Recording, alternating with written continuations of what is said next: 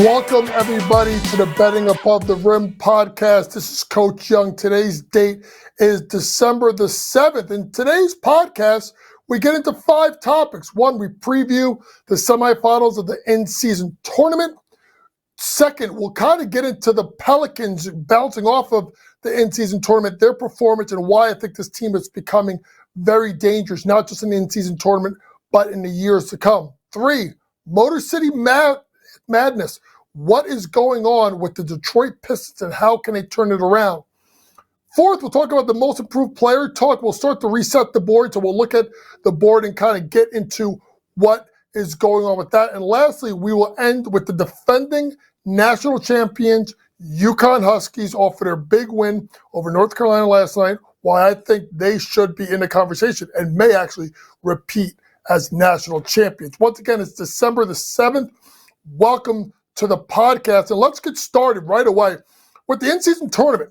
In-season tournament after the games on Monday and Tuesday night, we have now reached the semifinal stage in Viva Las Vegas, and what great matchups we have with the Los Angeles Lakers versus the New Orleans Pelicans and the Milwaukee Bucks versus the Indiana Pacers. And what's amazing, folks, is if you look at both matchups, you have established veteran teams that are hunting for a championship overall at the end of the year against upstart teams that, honestly, if you've listened to me on SportsGrid, I have been extremely high on.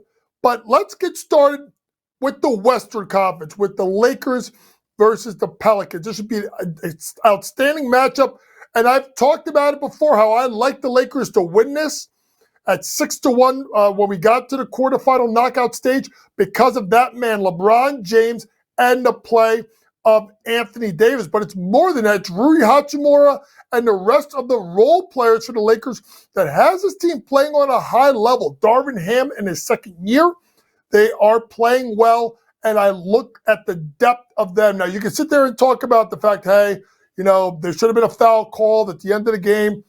Listen, if you depend on referees to win or lose you the game, you got another thing coming. I've seen it as a coach.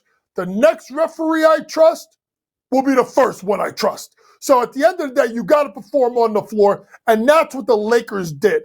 If you look at the odds right now really quickly, the reason why I like the Lakers were 6-1. Right now they're looking at plus 230 to win the in-season tournament with the Milwaukee Bucks ahead of them. And let's go to the Eastern Conference in an intriguing matchup between the Milwaukee Bucks, an established team has won an NBA championship with superstars galore, with a rookie coach in Adrian Griffin who has done a great job. And think about what they did last night to the Knicks. 146 points, shot over 60% from 3.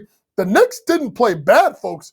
Milwaukee was just on that heater, and that just happens sometimes in the NBA. But when you look at that experienced team with Giannis, with Damian Lillard, with Brook Lopez, with Malik Beasley, with Bobby Portis, Pat Connaughton, this team is really trying to gel now. So this is why games like this are important for them, and important for a guy like Damian Lillard, who hasn't had a lot of success in the playoffs. This is like a playoff run for Dame time, and it's important for him and his team to play relatively well. With Indiana, folks, we talked about it last time.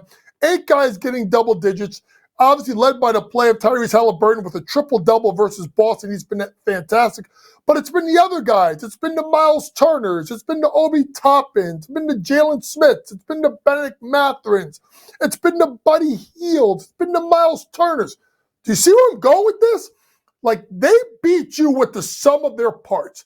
And when you are a team that runs and guns and got 8 guys that can get you double digits, you try and speed up the game. You don't slow it down. So it'll be interesting to see what we look at in regards to the prop market and what we look at in regards to total. I think the game is going to be a lot of points and be a lot of fun.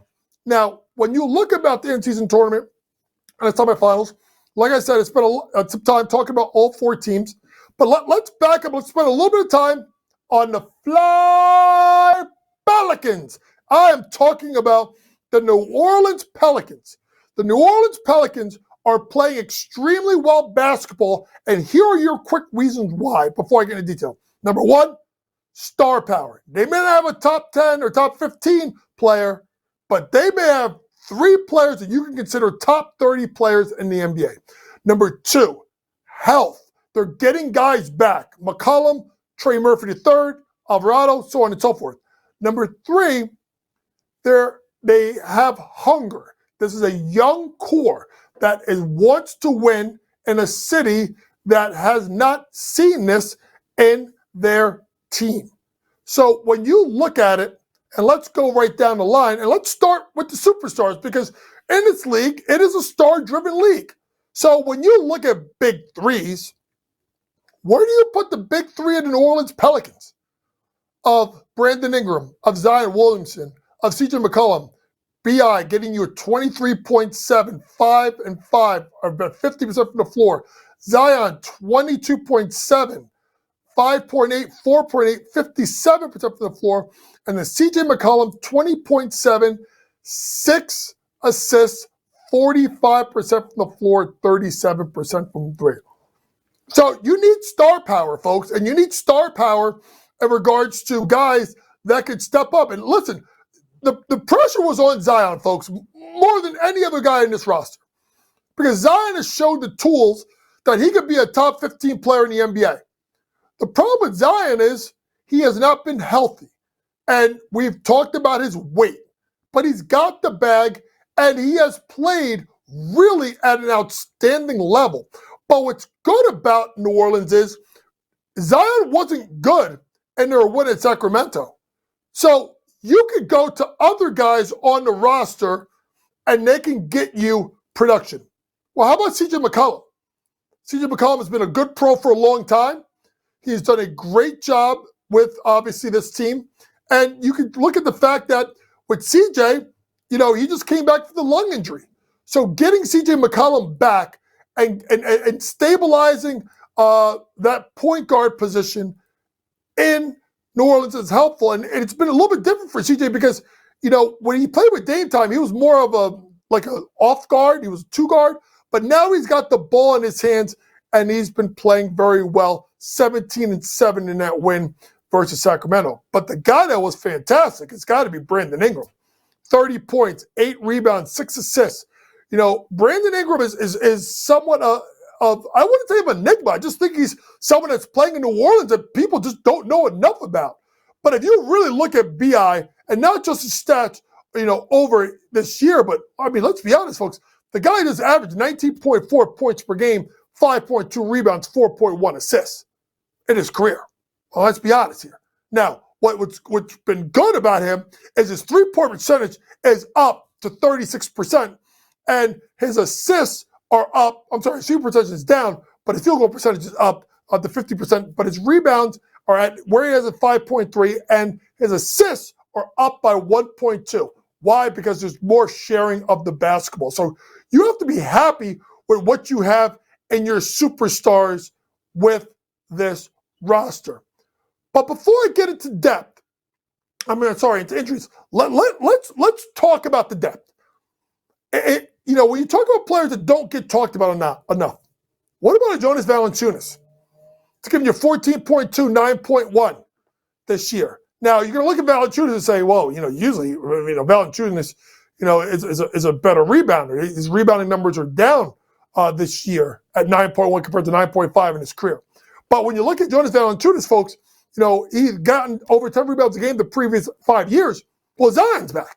So his production is going to go down, but his efficiency at shooting at 56.7% and shooting 37% from 3 has been very important to this team because he has the ability to stretch the floor. And at 2.3 assists, he's got the second most assists so far in his NBA career, which spans a decade. So when you go back, you talk about, obviously BI and Zion and McCollum and Valanciunas. Well, what about the play of some of these young guys? How about a Jordan Hawkins? What he's done at scoring 12.9 points per game, 3.8 rebounds, shooting at 37.3% from three. Jordan Hawkins, who really came on the scene the second half of the year with UConn, was really part of that big run. I really thought, and we'll talk about UConn in a little bit, how when he changed his game and he went to the basket a little bit more, he became a more deadly shooter. And he's been a really good addition to this team with 21 games, 9 starts, and he's gone into the starting lineup when people have been injured. But there's other guys. Herb Jones considers to be one of the best defenders in the league, getting you 12.4 points per game. What about, some of these other guys? And Alvarado, who has been out, but he will make, he's played 8 games. Larry Nance Jr. gives you minutes. So it's been, Marshall's giving you 8.8 points per game. So that has been a big thing is the overall depth.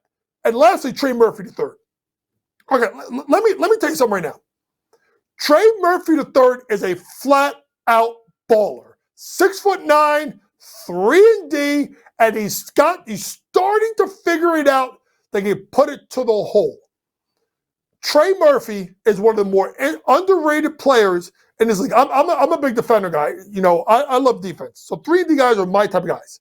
So like guys like Trey Murphy III, even like a guy like DeAndre Hunter, we'll talk about another episode, are such core guys that you need because of their ability to space the floor, but to go ahead and lock up some of the better wing defenders on the other side of the floor. Trey Murphy just came back from knee injury, 2 games, giving you 17 points per game.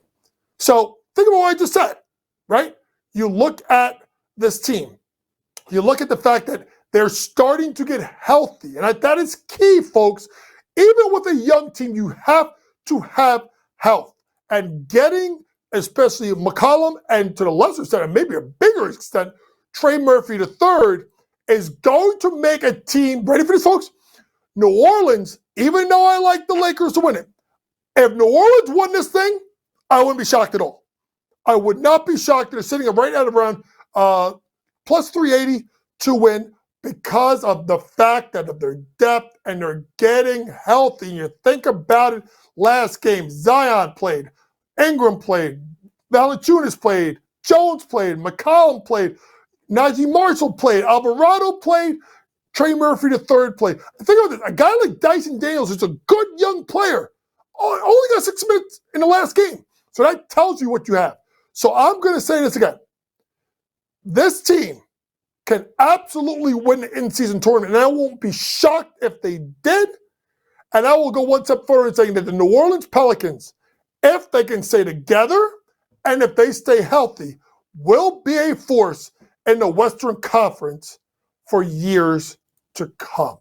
While we look at a team in the Western Conference that's playing well, let's look to a team in the Eastern Conference that has been downright awful.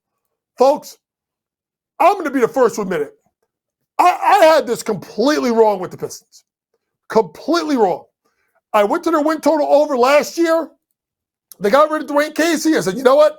You need a younger coach, relates to his players, a guy that has developed young point guards that Monty Williams has, leading guards like a Devin Booker in Phoenix, like a Chris Paul in New Orleans. But they have been an absolute mess. How much of a mess? Folks, can I tell you this? They have not won a game since we started the podcast. Think about this. I think it's our 9th episode. And we go twice a week. Only once during Thanksgiving week, or 1 week, or first week, I should say. And they have not won a game since October the 28th.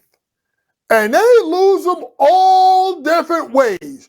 You want to lose close? They do it. You want to lose big? Oh, they definitely do it. You want to lose giving up, barely over 100 points, 105, 110 points? Yeah, they've lost giving up 140 points. So this has been really a problem. And as we pull up the graphics here, you look at the roster, you're saying, they got some talent here. Cade Cunningham, 22.4 points per game, 7.3 assists per game. All right. Jalen Duren, got off to a great start, 12.2, 10.9, getting you a double-double, been really improved. We'll talk about him in the most improved. Jaden Ivey, 11.5 points per game. Isaiah Stewart, 11.2, 7.2. Alec Burks, 10.8. Asor Thompson's been a really good rookie, 10.7. Bagley, decent. Killian Hayes is giving them 9.8, 9.5 points per game. So you're looking at it saying, well, what the hell's going on? It's a strange collection of players and talent. So when you look at Detroit, I really thought that the two-guard system of Cade Cunningham and Jaden Ivey would work.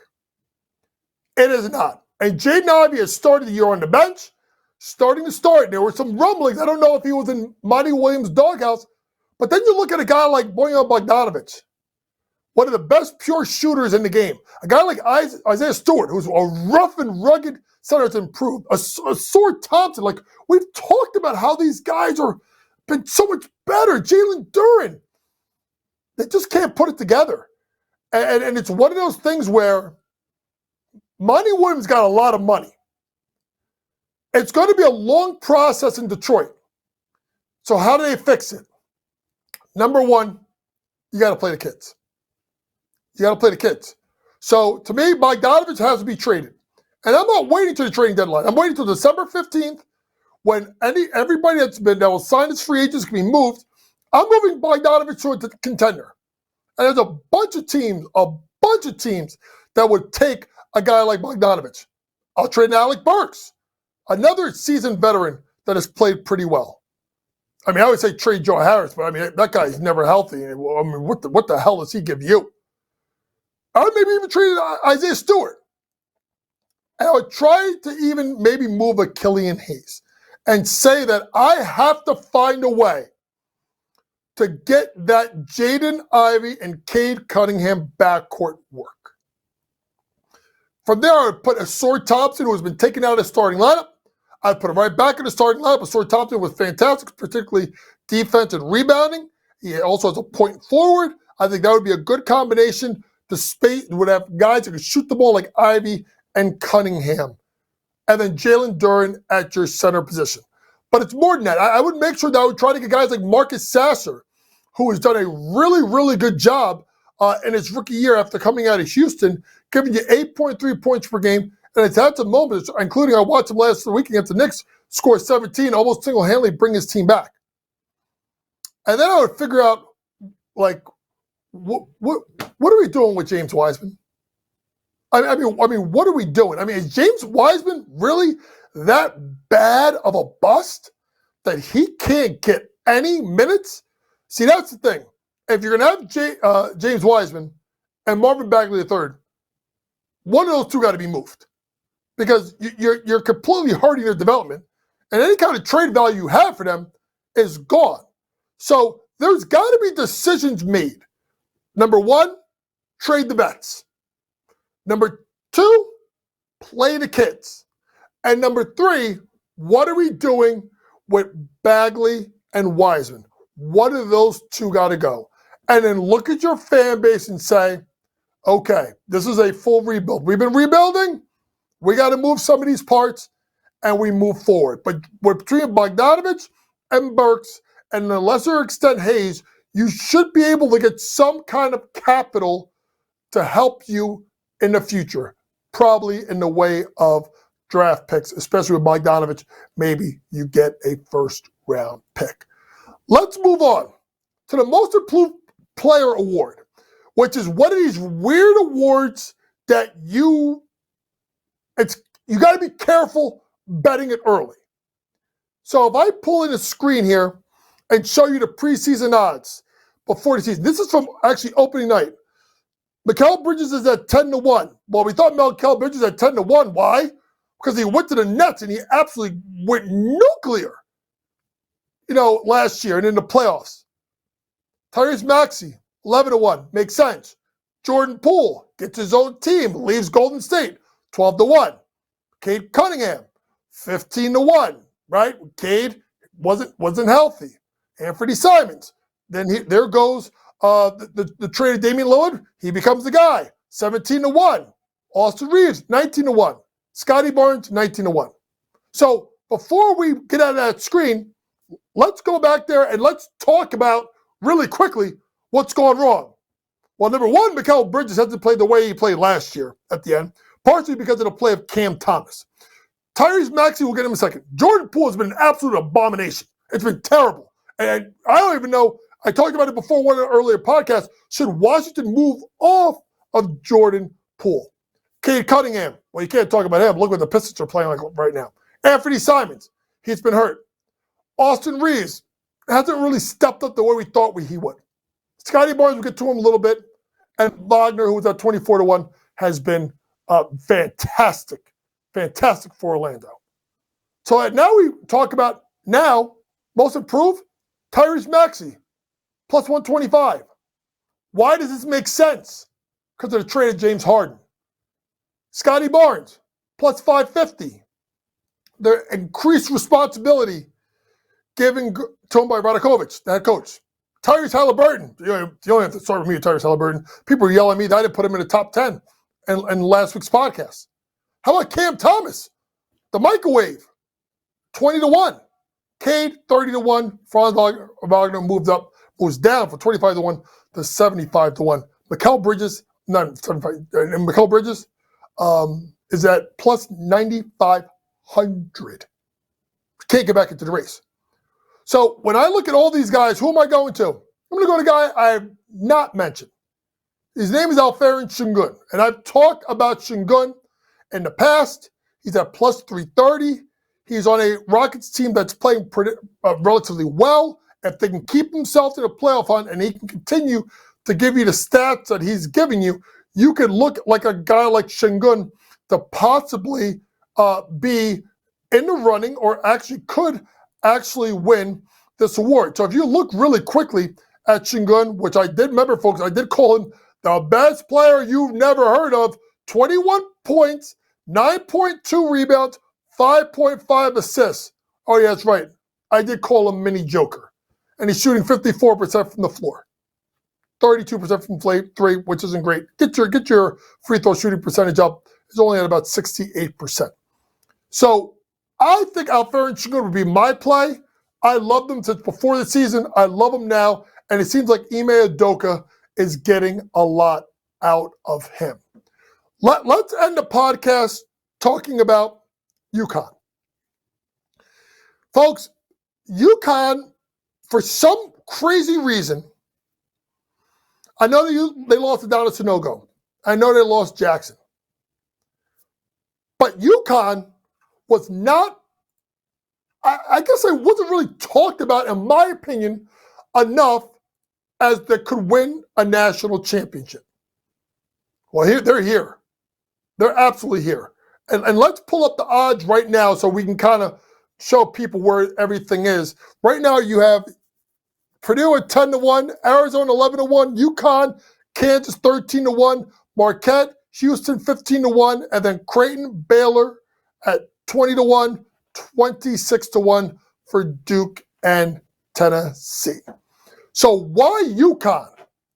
Why do I think that this team, who won the national championship last year, can repeat? And I'll go through them really quickly before I get into detail. Number one, experience returning with Tristan Newton and Alex Caravan and Donovan Clingan. Two, shooting. The transfer of Cam Spencer out of Rutgers has been absolutely dynamic. Three, the play of the young players. I know Castle has not gone off. Stephen Castle has not gone off the way people have thought, but he is someone that is a dynamic scorer that should get better. And lastly, the coach, and Dan Hurley. So let's begin with Newton, who's taking this game, folks, to an unbelievable level. 17.1 points per game, up by 7 points per game. He's shooting it basically at the same from three, but 47.5% from the floor. Up, ready, folks, by 13%. Rebounding it better, more assists, and less turnovers. The play of Tristan Newton has been absolutely fantastic for the UConn Huskies. Next, we'll go to Alex Caravan. who I thought was, along with Hawkins, when they turned him loose in the second half of last year as a stretch four, I thought that he played extremely well. He's carried it over this year at 14.4 points per game, right? Now, he's not shooting it the way he did last year from three, where he's only at 29.4%. He's got to get that up. But he is shooting 52% from the floor, mixing the game up more and getting 6.1 rebounds. So he has been good, Alex Karaban. But to me, one of the big pieces that you missed was Jordan Hawkins leaving, was shooting. And they went out and they got themselves a cold-blooded sniper in Cam Spencer. And let me explain to you something, folks. They were a Cam Spencer away, three, late in the game, of beating Kansas at Fog Island last week. 23 points last night.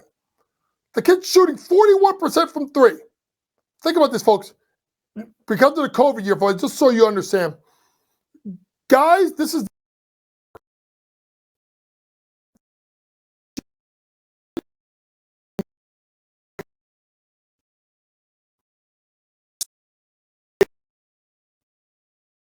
this kid shot over 40% from three in 4 to 5 years of his career.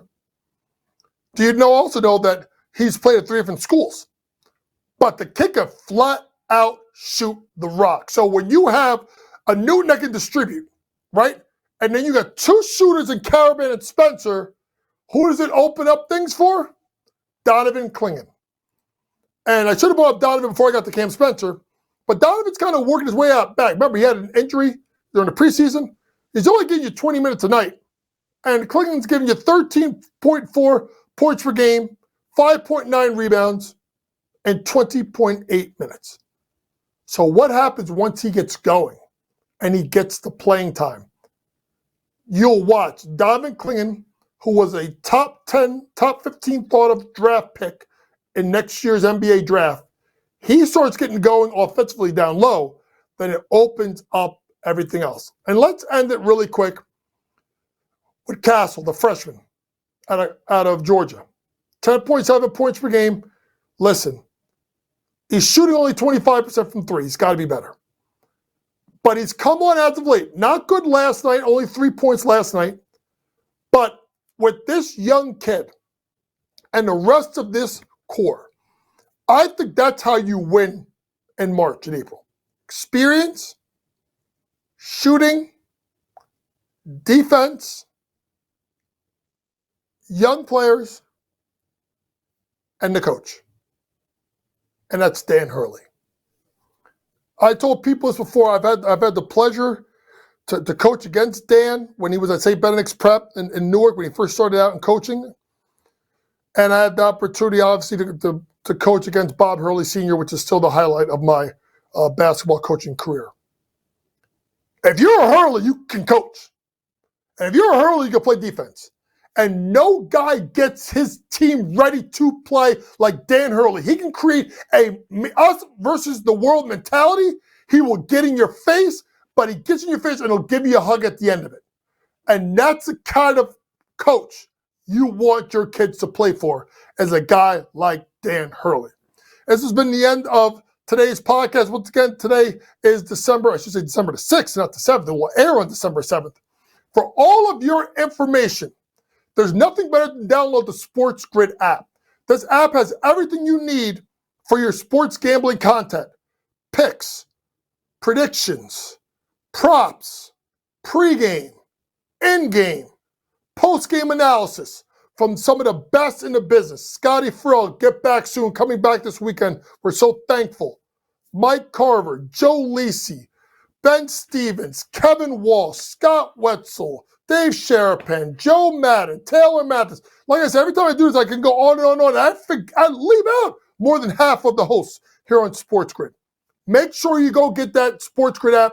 You can download it on iOS or Android. Next podcast will be next week. On Monday, we'll shoot it to be released on Tuesday. We'll get more into the in-season tournament as it wraps up. We'll reset the college board. We'll look at the Defensive Player of the Year award, and I'm still working on that guest. Once again, thanks again for listening to the Betting Above the Rim podcast. This is Coach Young. It's been my pleasure. And always remember, folks, it's smarter to be on SportsGrid. Take care.